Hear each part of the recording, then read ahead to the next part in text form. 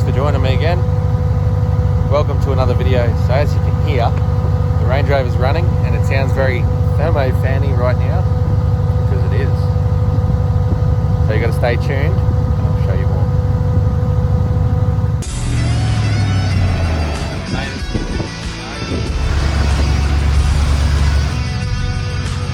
Well, we couldn't go without checking this out. Right, staring at the tyres now.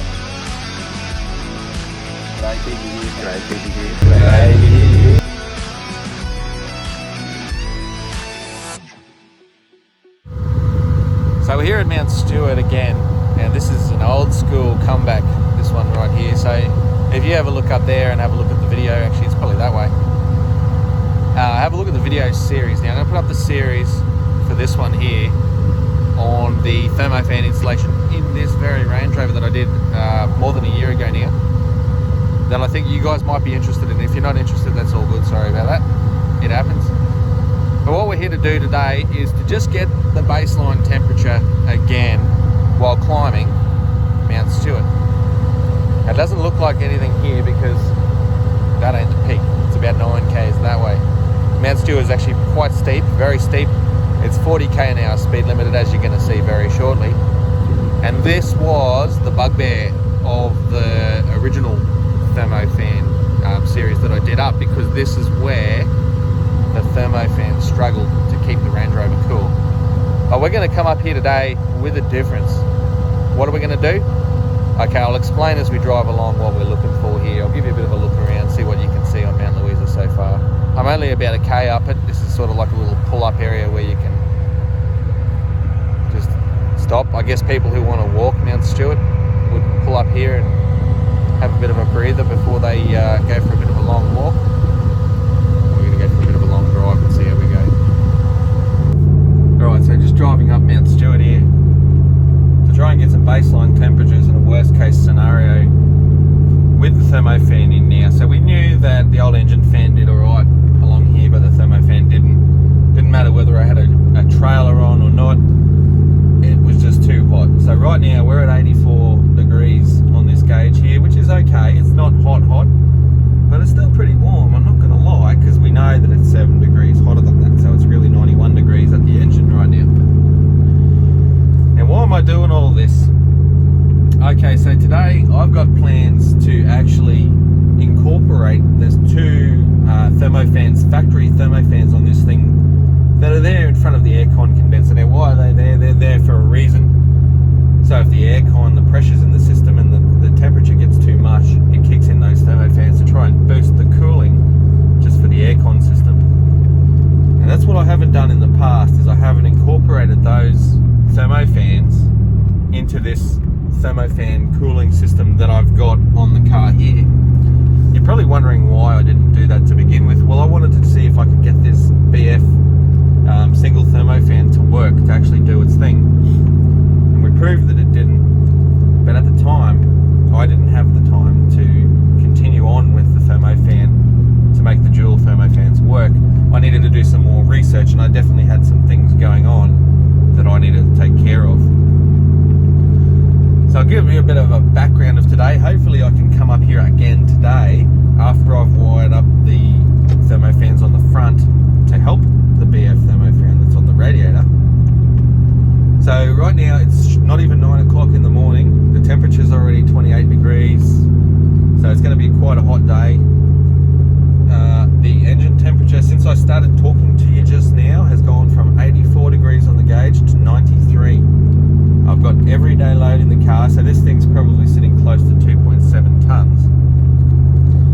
You might ask, why am I doing this again? Why am I letting the temperature get up so much? What is the purpose of all of this? Well, I've got to get a baseline before I make a change and then do this again to see if it actually works. I'm going to just pull up here. I know it's 94, it's not too bad, so that's about 100 degrees at the head. That's not deadly, but I'd rather not go above and beyond with the temperature while I'm talking to you guys. I'll let it cool down for a minute. Just tapped 95 there now. So you can see my phone there, and this phone here, funny enough. Okay, so you can see 94 degrees there, and yeah, I'm about maybe 3 kilometers from where I actually just spoke to you guys just before. That temperature came up really quick, and seeing this here indicates that the fan is running in high speed at the moment. So unfortunately, it's just not enough when you go up a hill. It's not enough. And so by doing it this way, I'm getting some baselines. Hey, there goes a car. G'day, mate. You look like my neighbour.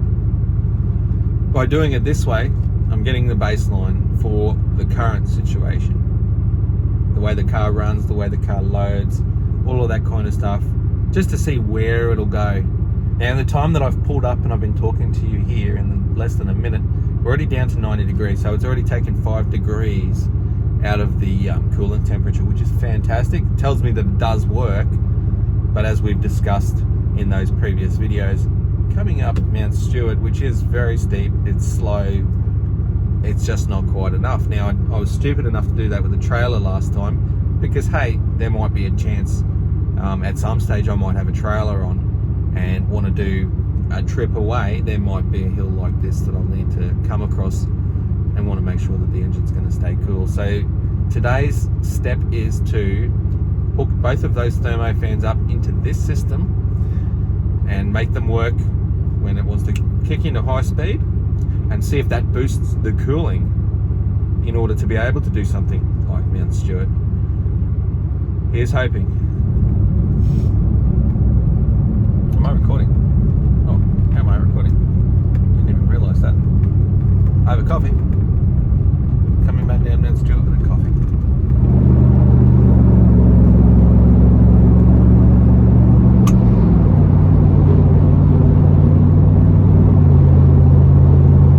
So I should probably talk about why this thermofan's not enough in this particular car, given that it normally resides in an Aussie icon, the old Ford Falcon.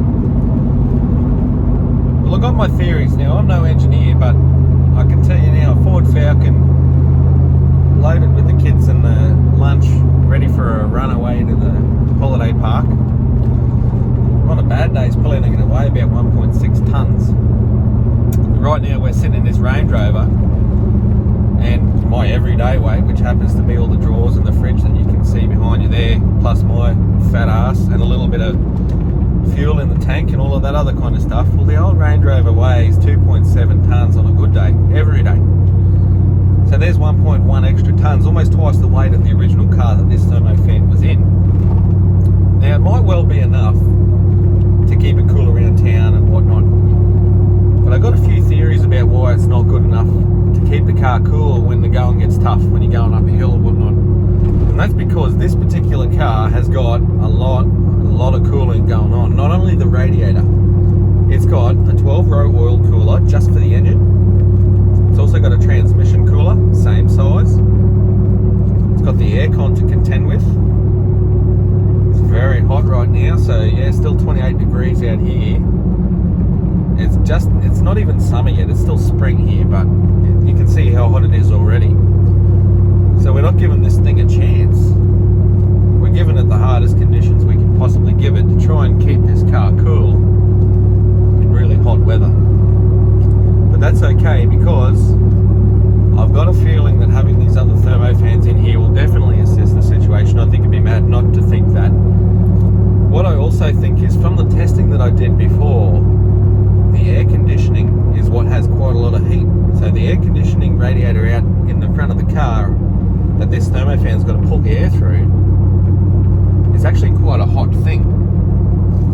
Now, by getting those 2 extra thermofans going with this little system, that's going to put a bit of extra air, and it's going to go directly through the radiator for the aircon. So fingers crossed that's enough of a little boost, because there's 2 of those thermofans. I think they're 10-inch thermofans.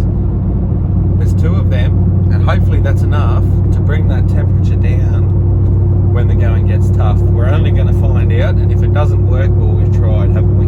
So let's have a bit of a go. Okay, so just back from the drive.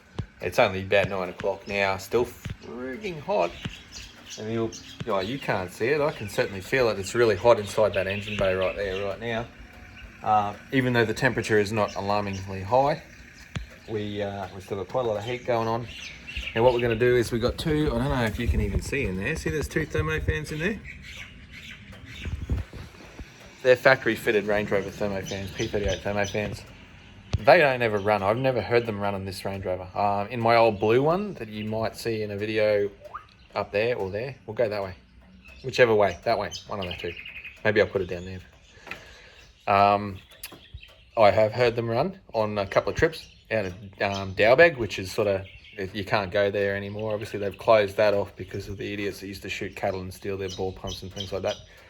I did hear them run on that vehicle, but I haven't heard them run on this one. So we're going to have a bit of a tinker around. But anyway, I'm going to let it cool off right now. So I'm going to go have a cup of coffee, let this cool down, and then we'll come back and we'll go through what we're going to do here. Okie dokie. So this is all we're going to need in order to make this work for the additional thermofans. So we've got the relay holder and all the wiring.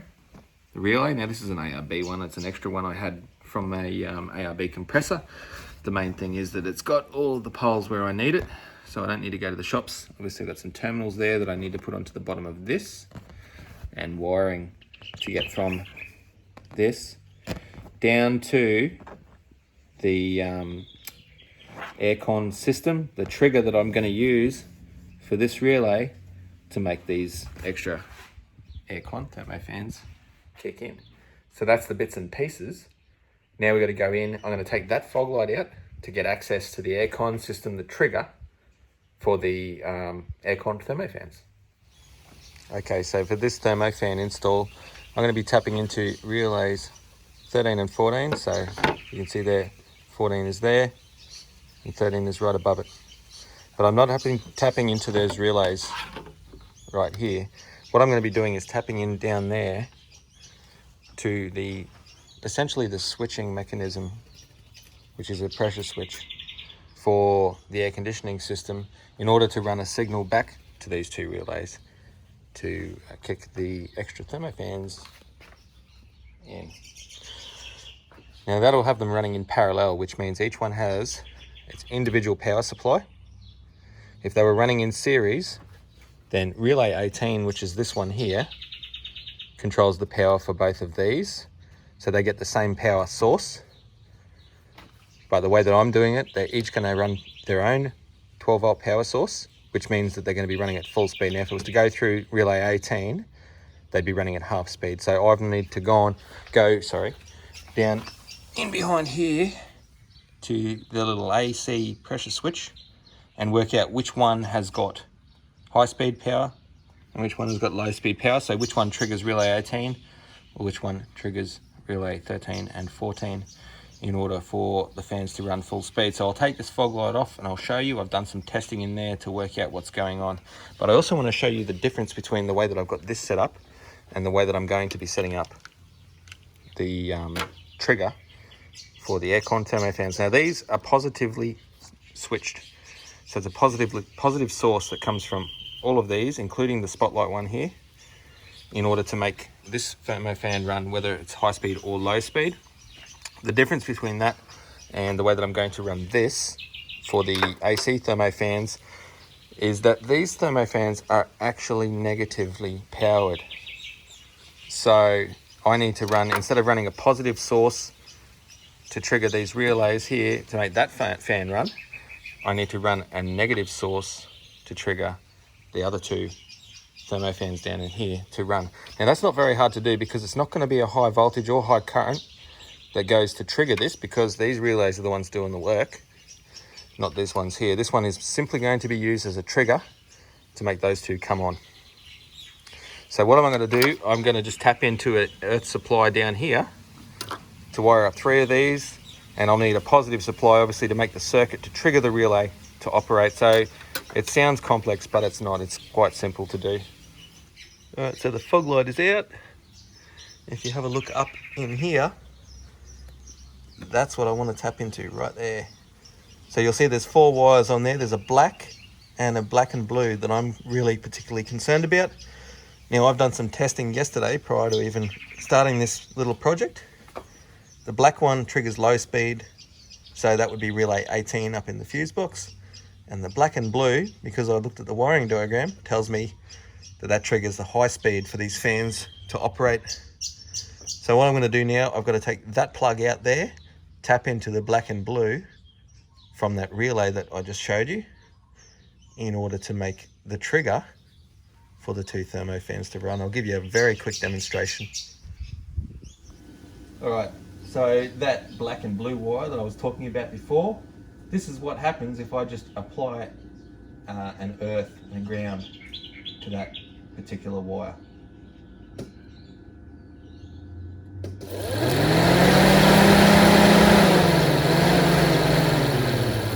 you can hear that they kicked in at high speed. I'll do it again.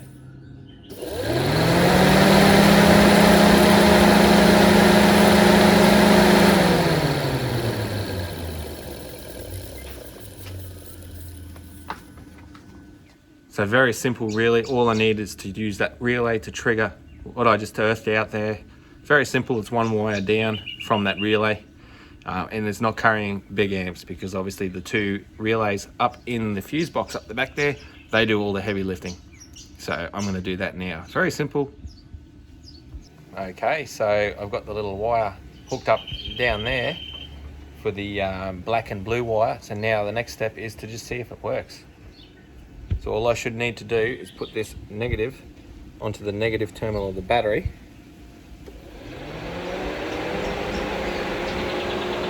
Sounds like it works to me. What needs to happen now is I need to basically run this to the new relay that we're going to install, which is going to trigger the earth for this. It's going to earth it out, fans will run. And here you see the finished product. Pretty clearly labelled, aircon fans, high speed fan auto, high speed fan manual, and low speed relay. And that obviously my spotlights. So that's all done, it's all wired in. After neatening all them up, I'm going to cover them back up again to neaten it all up. But what I've actually done is I've managed to wire that in with the low speed so that when the fan is running in low speed, these thermofans will also run. I figured that's the case because it is hot and it's probably going to be beneficial having the aircon fans running whenever the low speed fan is running up in North Queensland to get the most cooling through the aircon system as well as through the radiator. Alrighty, so now that's all done, wired up and working. We've tested that. Time to go for a drive and see how we go. So it's about 1 o'clock. I'll tell you the temperature when I get in the car and we can compare with this morning. Alrighty, so here we are on Mount Stewart. It's very, very sunny. It's very, very hot. I just saw 35 degrees in the car. You can hear all the thermofans are having a bit of a go. So this about 1 kilometre little climb to where I am on Mount Stewart now. Yeah, got us into high speed on that fan controller. So I guess we'll have a go and we'll see how it compares to earlier on and see what the temperature gets to at that little same point that we were at where I pulled up earlier. Here we go. So I don't know if we're going to be able to do it. Remember that we got to 95 degrees before. It's now, yeah, it's 35 degrees outside. It's much warmer. It's about 7 degrees warmer outside than it was earlier on. I can feel the pressure in the ear thing. I had to pop my ears then. We're at 88 degrees.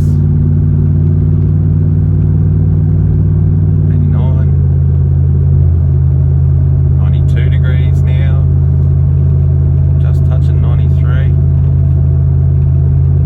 I'll let you know at the point where I get to where I got to this morning. Okay, so I've just pulled up, we've hit 95 degrees like we did before. Is there a difference? Has the thermofan addition to the aircon cooling fans made a difference? Well, it appears that it hasn't made a difference, because right now we're at 95 degrees in the same place. What's the difference? 35 degrees ambient air temperature. There's cars going past all the time when you're up here. It's quite a busy little place. So the ambient temperature is about 7 degrees hotter already than what it was when we did the run this morning, so that could be a factor. But that aside, we've hit our 95. I am at the exact same place that I pulled up this morning when we got to 95 degrees, so it's unfortunate. I don't think that I want to push it to its absolute limit to see what it can do. There's no need to go to 100 degrees, but what we can see here is that essentially coming up the same hill on the same day, albeit the temperature is much hotter because it's later in the day, we have the same outcome even with the aircon thermofans running. Alright, well there's that done. I think what I'll do now is I'll turn around and we'll go back home and we can have a bit of a discussion about where to from now, and maybe I could even put the viscous fan back on plus the air conditioning thermofans, and we'll see the difference. So I can maybe do that tomorrow. I can come up and try that one. I'll report back to you. But anyway, let's go home and we'll have a talk about it. Alright, so we're home now. We've done the test and we've established that there's really no difference compared to the run this morning with the addition of the 2 air conditioning thermofans. I will say this in its defense though, the temperature is actually 7 or 8 degrees hotter than what it was this morning, so it's had a bit of a harder start to the challenge, today's challenge. But alas, it still wasn't sufficient to do the job. And at the same spot I pulled up, I wasn't going to continue on because there's no point. We know the end result is going to be that the temperature just continues to climb. So where does that leave us from here? Okay, well, I'm going to have to revisit this. Obviously around town and all that kind of stuff, that's okay to use. And I'll continue to use the thermofan this time of year because it is quite hot.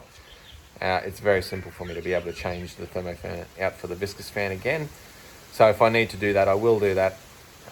Say I had to go on a trip or whatever it may be, that's not a problem then. But what I think maybe would be worth revisiting, and let me know down in the comments there, or you can do the old message at Chilling with Keithy or on the Instagram.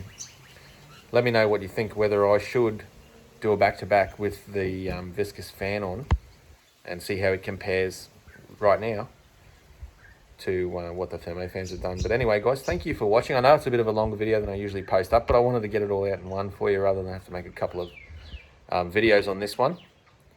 It's all very good content. It's all good information, and I'm glad that I had a go at it anyway because I've worked something out.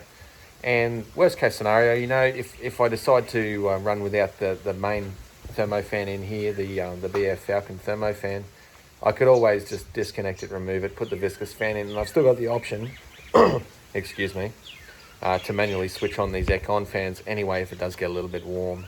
And I think I will use that because added benefit in summer is to have those fans running all the time to cool the aircon system down. It's going to remain cooler. It's going to give it a bit of an easier chance. Thank you very much for watching anyway, guys. Leave your comments. Let me know what you think of this test. I know it's sort of been visited in the past, obviously without the extra fans running, but yeah, let me know if you enjoyed the video, and if you want to see more like this, don't forget to leave a thumbs up and subscribe. Yeah, that'd help me out. I'll catch you next time, guys. Take it easy.